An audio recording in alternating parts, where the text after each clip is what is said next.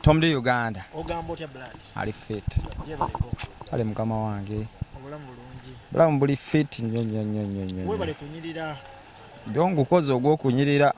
Yeah man. Babuze ko bana Uganda bakulaba. Bana Uganda abanda mwena mwana wagwana. It's your boy Tom the Uganda. Superstar. One hit, one song. Olese ngombe ekitu. Mchegede. Okola kyo nakuba leero.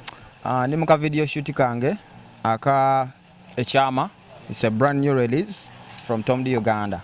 Yeah man. Tom the okuyimba kuno kutandise. Kuyimba no siruddemu. Ngawe nkugambe kali akagomo nti one song one hit. Chegede. Just myezi ebiri ngenda mugwa kusatu. Nenga masanyalaze. Bewayingira mu studio lwakolerawo hit. Chegede. Ng'abantu bayimbidde emyaka 10 banonya hit tebagifuna. Tetwasoma naye kuba byalo mawanga bweru wa ggwanga nsi yonna. Idea wajijjawo eyo lwolimba tetwasoma. Tetwasoma oyo just yali studio vibe. Shegera kugenda yo biki bichani kuyiya sasoma namwe temwasoma chegere. Ya kati ndopanga ebigambo byo era omuntu ngo inaka art nga Tom the Uganda International. Waliyo genze ntingenze kola luyimba lukube oba genze kola bibyo. First of all music nali mumanyiko. Shegere yadi nali simuyimba lwansonga nali nkoze kunyimba engeri je nali mu TikTok ennyo kola kuyimba onokolera kuono kati ngo nawo uli akayimba akanyuma nti whereby osolo kola akayimba no uli kano nka feelinga sika feelinga so bwentyo nyendesa nga nkola bichani nenkola hit song nekuba yamman wava onokololiwo lwaddaka nakolo manyi nekubanga nayo masanyalaze just wakuba omanyi wabawo olusingako medium bwezityo nenkolo manyaawo tuzaako twazaako kiye omanyi nyimba nkoze nnyingi mu kaseera akatono ashegera yeah man omanyi God first bane gospels otegera otya nti nyimba zo zikubye nti kati Tom D mfuse w'amaanyi mu Uganda anti kati obeeraawo oba oliawo yo Tom D ze ndiye no busiya kati olaba oluyimba lwo luli eno lukuba oba oliawo nga lwasaze n'amazzi wayitayo wakalangala nze bampita Isa ndi muvubi ndi weno muvubi kakati yeno kalangala oyagala sente leko jjo tuyimbire no manya nti music akola ki Gorosaba mekosa na osaba 5 kakadde kiseera nnyo kuba akasimu nompisamu negamba nembalabala nembalansinga wemalo balansinga nesubtractinga then nenkubisa nenkola equals bana Uganda bayingidde mu bakukiriza bo banzikiriza era nesimye kubanga kiba kizibu nnyo emyezi 3 mitusoma Wantama nakuba yeah man so balina okukyusamu mu mpandika yes yeah kubanga kati abavubuka bangi nnyo ensangi zino ate nga music supportingibwa nnyo abavubuka ashegera kyova mbivulo jasangayo nnyo abaki abavubuka so kati abavubuka bo baagala vibe you know ajja kujja n'omugamba Wantama noli yantama hit song nenga oyinza okumbuuza Wantama byebiki negamba just nalyawo nange nenkola ngenda owulya Wantama ajyawo nebijjabuzi wagamba abakazi bakulwanire kituufu ate bangamba bakulwanire bya serious bo beekuba gyebale ebekuba anti ndikavubuka kalungi ndikato yeah man some boy yeah man owai enkolagano yo ne omukulu alien skin eri etya owai nungi nnyo kubanga twogera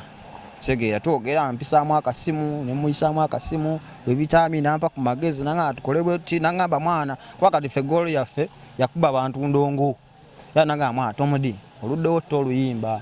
genda mu studio va mukwebaka ashegera omumanyi naawe wayogera nemugandi kale mukama wange ashegera nengenda mu studio nemba kubaka nabakubye ekyama ani ayina ekyama ani ayina ebitundu ebyakyama bangambye ebyakyama kwekwata ku kitundu ekyakyama abonyine abantu abasinga bajja ne bagamba Tom D ono ayagala kwozaamu alien skin okotekuba kwoza kyovola waliyo edda kadongo kamu nga waliyo basudde waliyo kafeero waliyo bani bayimbanga ki kadongo kamu kati neno style waliyo Tom D waliyo alien pozi n'abalippira ne mukyusa one love brother gang olinga gamba ndi mukyusa yalipira style yamu mukyusa yansoka mu kuyimba era respect mukyusa shegera just nti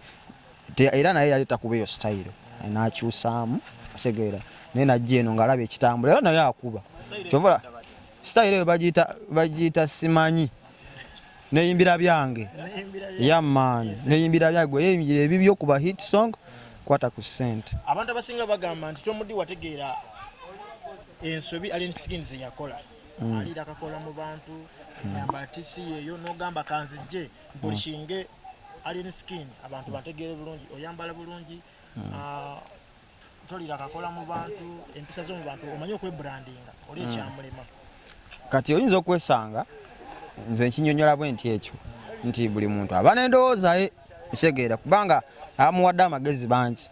naye akulaze nti ye tajja kukola ki tajja kukyusa kati ye alabika ye naye ate nze era kuva dda ndi kasajja akabeera smart kitegeera kale kuva dda nakole banga ngenda kuba star kitegeera kuba ne TikTok nali star kati ngenda olaba TikTok tekimala nga kati kampa mpeemu kuba wati nzijeko eno basajja abakabi kati ndi wakabi. Nego wakugamba ndigenda mu studio recording enyimba bwe tomugambako nti owali nawe kyusaako mu mbeera zo ayinza okunkuba ebikonde tebamuwabula oli superstar top 10 artist ye namba emu paka ku 10 kati goba oli mukyakumeka kati anti nze nsinga nze ozegedde nze nsinga ekyo sikirumamu nze nsinga panaawo nze nganzi endowooza yange otegedde ekyo bakiyita self belief kwekkiririzaamu kyekisinga. Muganda nga abantu abasinga bagamba nti Tom D muyimbi wa TikTok okyogerako ki? Why? Bo balina endowooza yaabwe era tosobola musazaamu mu ndowooza ye okitegeera waba ayogedde ekyo naye ate manyi okuyimbira abantu nga tebabadde na ku TikTok okitegeera kuba mbadde ne zittuwa eyo munda eyo bikyani nga tamanyi na TikTok byebiki naye nga omuziki aguwulidde ku radio eyo ku kyalo ne neebuuza kyogamba olulimba lulira ku TikTok eri baseline gyemba esinga kubanga kyovola n'abayimbi abamu bajja ku TikTok eno oza abayimbi tebali ku TikTok gye bali balina ne blue tick okitegeera baamanya nti omulembe gwakola ki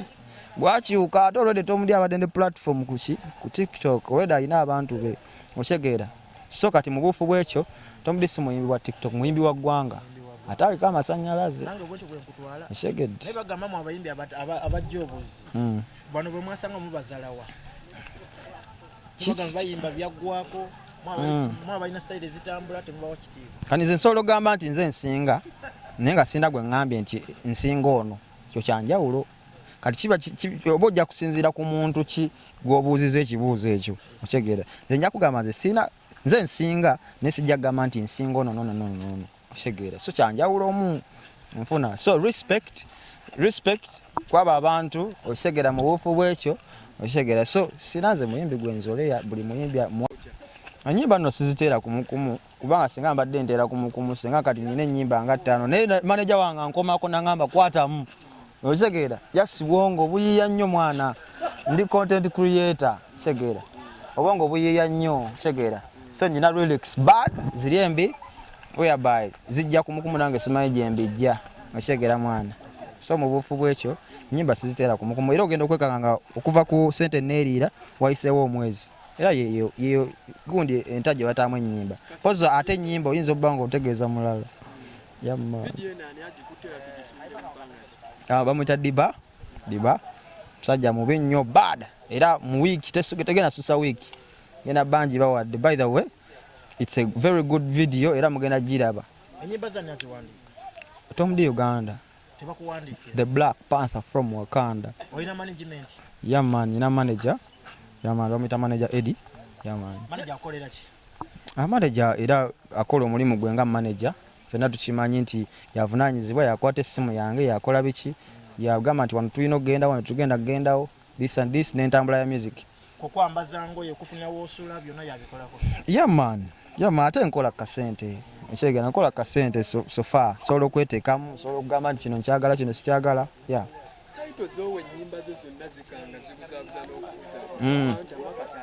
ekyama anti era okiwulira nga mwekiri ani alina ekyama kati nga lwaki oluyimba lwange siruwa kyama ekyama ani alina ebitundu ebyakyama osobola okuba nga oli mulema oba olina ebyakyama bagamba baana ba TikTok ebigambo byemukozesa okuwemula kungi ku TikTok ojja kwesanga nga awemula ye nga ye content we biseera ebisinga kubanga nze ndi musajja babadde bandaba TikTok ngimazeeko ngenda mu mwaka gwa 3 badde nkola clean content that's why ojja kwesanga nti abanjagala be bangi abaninako obuzibu bwe bati sina gwe nali nvumye sina gwe nali nkoze ekikyova najja ne music wange naye ne bamwaniriza itomudiye waffe kitegeera omukulu gravity omutujju ekivulu ky'omusajja tekyabaddeyo n'asanyuka n'asala embuzi n'alya enkoko n'akola biki byonna gw'okyogerako ki ku empisa gye yeeyisiza ekivulu kyani ekya kamiri oba naawe osese kale ekivulu kya kamiri first of all eyo bagiyita natural disaster kitegeera kyazze buzi fena tukkirize ti enkuba yazze n'etonyanga weetonya bulijjo empewo n'ejjanga wejja bulijjo just nti yajjidde mu budde obubi naye ate ye gravity waba yalowoozezza bwatyo naye ye ndowooza ayina ensonga ze sisobola ayingiramu kubanga bonna nze basajja mbawa respect kitegeera kozi bonna bakulu bange mu music bonfuna so oli alina obuzibu bwe nga ye ku kamiri ne kamiri naye ayina like waliwo ensonga lwaki stage ya good kitegeera tomanya you never know yeah man nga tumaliza ani akwambaza olunaku lwaleero mu video yo concept ya video ani yagifunye Remy Fashions bamuyita Remy Fashions ya nyambaza abadde nga nyambaza bambi musajja wange oyo nnyo pozi n'ekirala concept ya video era director ni Chris Diba era yaze ne concept ennungi ennyo kuba eno video by the way bagenda zino nomination bazitaani zino Kenzo ze yabaddemu Grammy